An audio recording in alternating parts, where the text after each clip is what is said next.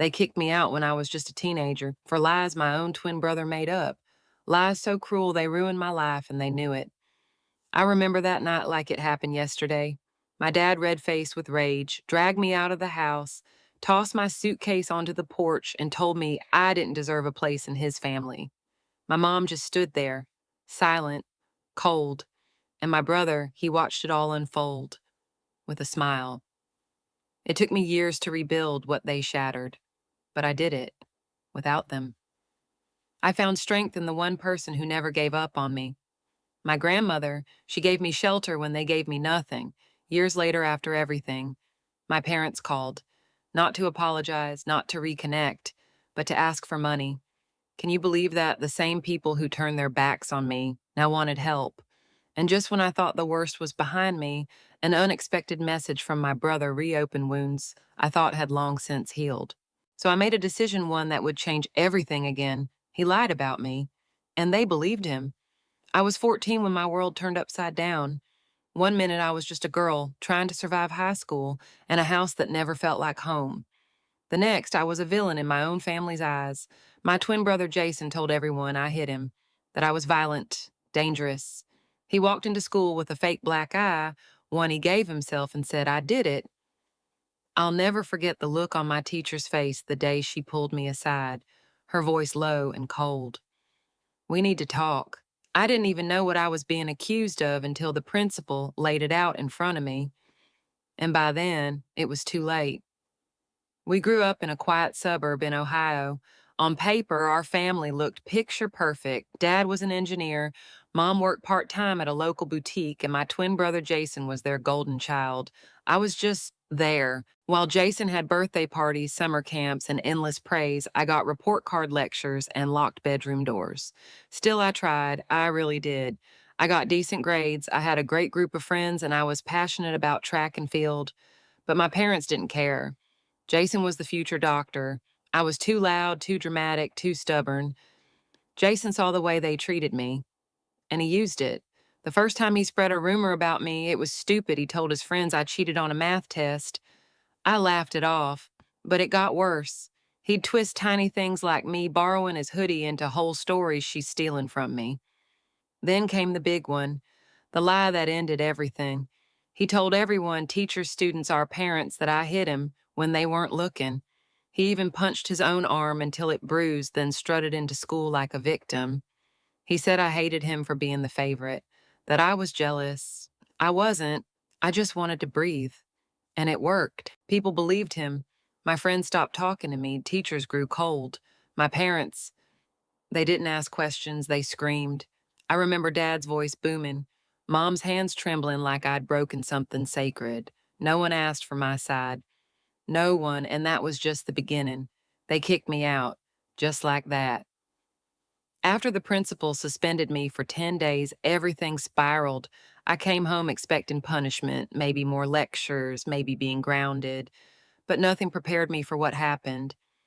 Dad didn't even wait for the front door to close. He started packing my things, pulling drawers open like a man possessed. I stood there frozen still in my backpack, my heart beating in my throat. What are you doing? I asked, my voice cracking. You can't stay here anymore, Lauren, he said. Just like that, no hesitation. Mom stood behind him, arms crossed. Not once did she meet my eyes. I dropped to my knees. Please, I didn't do anything. Jason lied. I swear to God. But the words wouldn't land. It was like they'd put up a wall the moment the lie entered their ears. Jason watched it unfold from the hallway.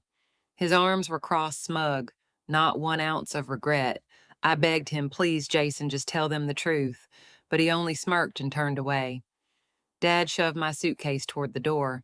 If your grandmother wants to take you in, fine. But you are not staying here. I remember sobbing, grabbing at the door frame, the walls, his legs. Anything to stop them. It felt like a dream, one of those nightmares where you scream and no one hears. My mom's voice cut through sharp and low.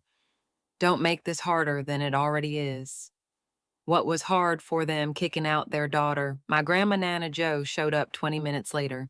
She didn't say much, just helped me into her car, rubbing my back gently like I was 5 years old again. But when she got to the front door, she turned into someone else. She rang the bell, and when my dad answered, she let him have it. If you ever come near Lauren again, I will not hesitate to call the police.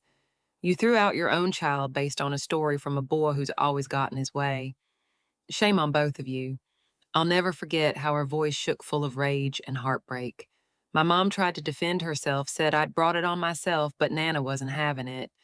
That was the first time in my life I felt like someone truly stood up for me. Nana Joe's house wasn't big. It smelled like lavender and old books, and the guest room had faded yellow wallpaper with tiny blue flowers. But to me, it felt like a palace, a place where no one screamed, no one accused, no one looked at me like I was a mistake. That first night, I didn't sleep. I just lay there in the dark, my arms wrapped tight around a pillow, my chest aching from holding in too much for too long. Nana made me tea the next morning, her hand steady even though her eyes kept flickering to my face. She didn't ask questions, not right away. She let me speak when I was ready. And I did, slowly, haltingly, everything, the lies, the bruises Jason gave himself, the teachers, the suspension, the suitcase, everything. She listened, quiet and still. Then she said, I believe you. 3 simple words, but they felt like lifelines. For the next 10 days, I barely left her house. I avoided my phone, buried myself in sketchbooks, and watched reruns of shows I used to love. When I cried, Nana didn't ask me to stop. When I didn't want to eat, she'd just sit next to me with a sandwich in silence. The thought of going back to school made me sick. The hallways where people whispered, the looks, the betrayal in my best friend Riley's eyes when she told me I didn't know what to believe anymore. Even after the suspension ended, I walked back into school like a ghost. No one talked to me. Jason pretended I didn't exist except when he'd laugh extra loud if I passed him in the hallway. He had new friends now, people who believed his version of our story. At lunch, I sat alone. In classes, I stayed quiet. No more answering questions, no more raising my hand. Just get through the day, go home, repeat. Not a single word from mom or dad, not a call, not even a text, only Nana. She kept reminding me, this isn't the end of your story, sweetheart. This is just the part where you're learning how to survive. So I did. College felt like coming up for air after drowning for years.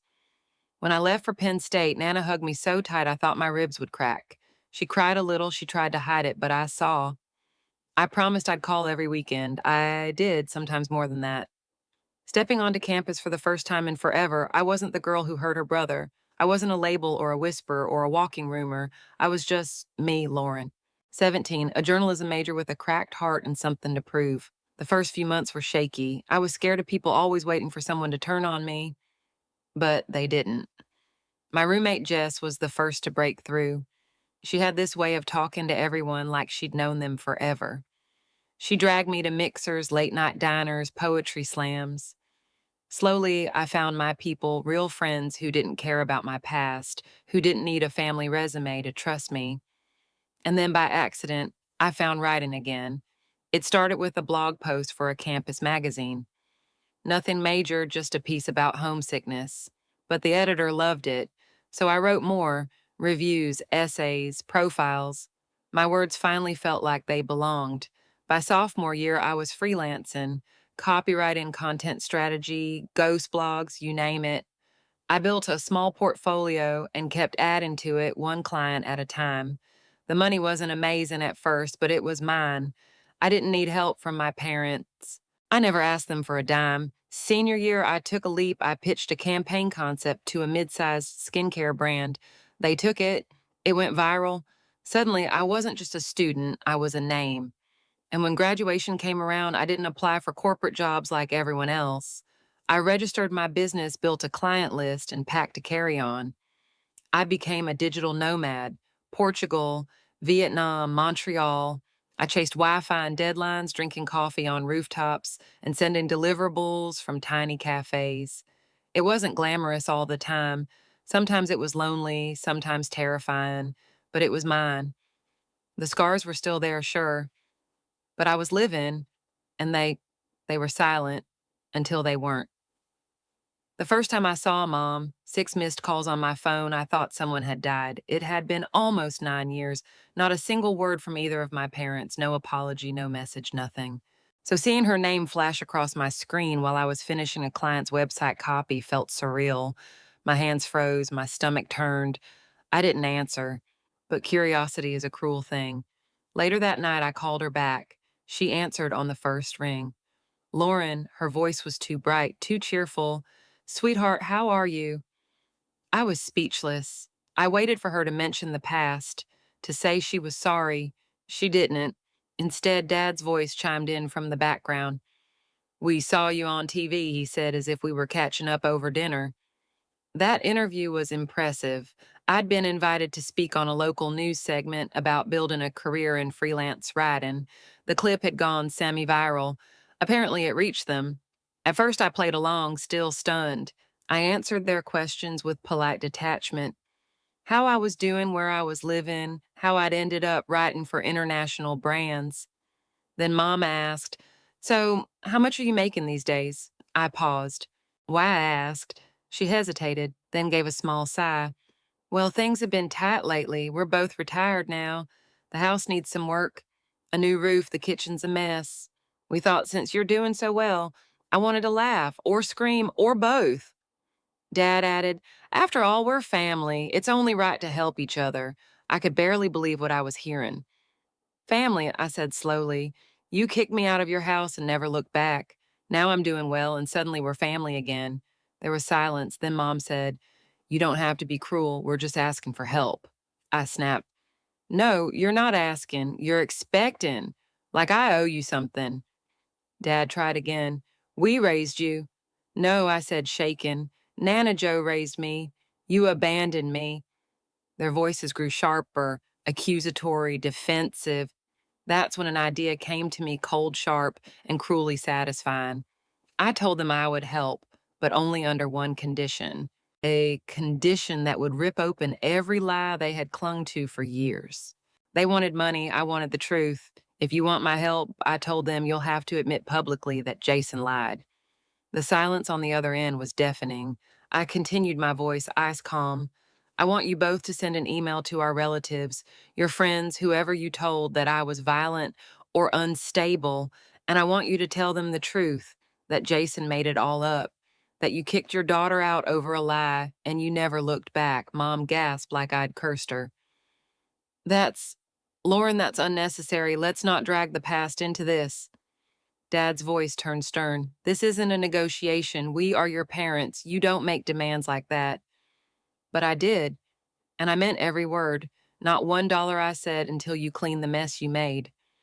They tried every trick guilt, shame, gaslighting. Dad even shouted that he wouldn't be humiliated just to get some charity from his daughter. Mom cried, said I was heartless, that I was being vindictive. Maybe I told her, but at least I'm honest about it. That night I blocked their numbers, but not before Dad hissed, You'll regret this. We're still your parents. I didn't regret it. I slept better than I had in years. A few days later, a message popped up on Instagram from Jason. I hadn't seen his name in a decade. My chest tightened. His message was venom disguised as sarcasm. Hey, sis, so I heard you gave Mom and Dad a truth or no money ultimatum. Wow, real mature. You seriously still hung up on what happened in high school. You do realize they'll never go through with it, right? They love me. They'll always love me. I mean, sure, I lied, but that was 15 years ago. Move on. You're unmarried, childless, and clearly bitter. The least you could do is help the people who raised you. I stared at the screen in disbelief. No apology, no shame, just more cruelty, more control.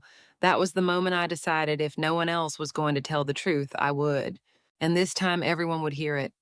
I wrote the email with shaking hands, not out of fear, but something deeper. The kind of tremble that comes when you finally tell the truth no one ever wanted to hear.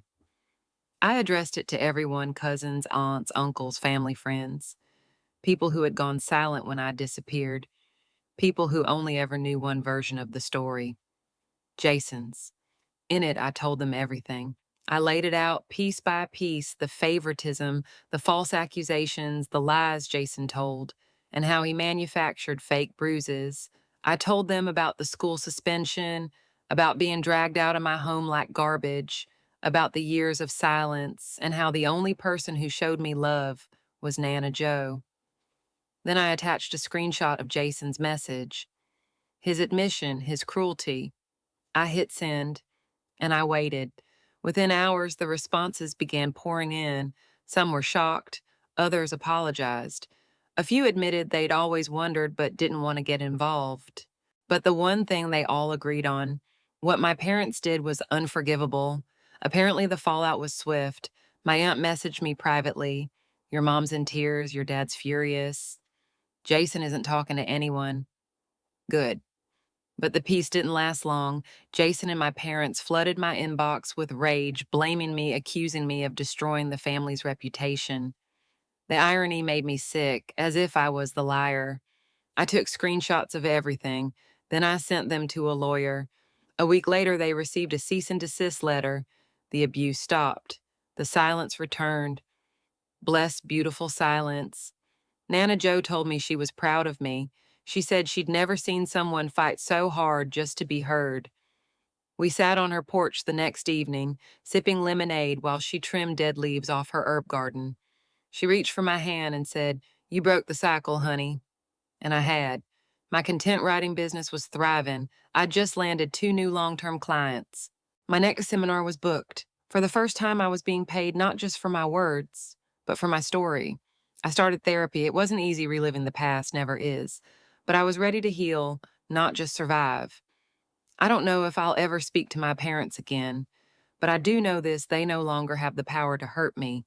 Sometimes the deepest wounds come from the people who were supposed to protect us. I was just a girl when they decided I didn't belong in their picture-perfect life. But I grew. I built something out of the ashes they left behind. I chose truth. I chose peace. I chose me. This story isn't about revenge. It's about reclaiming power, about finally being seen for who I really am, not who someone else painted me to be. I used to wonder if cutting them off made me a bad daughter. Now I realize staying silent would have meant abandoning myself all over again. To anyone who's been pushed aside, lied about, or made to feel invisible, you are not alone. You deserve more than survival. You deserve joy. You deserve people who see you, believe you, and stand beside you, not just when it's easy, but when it matters. If this story touched something in you, if it made you feel understood, even just for a moment, I hope you'll stick around and subscribe to the channel, explore more stories, and be part of this growing space where truth and healing have a voice.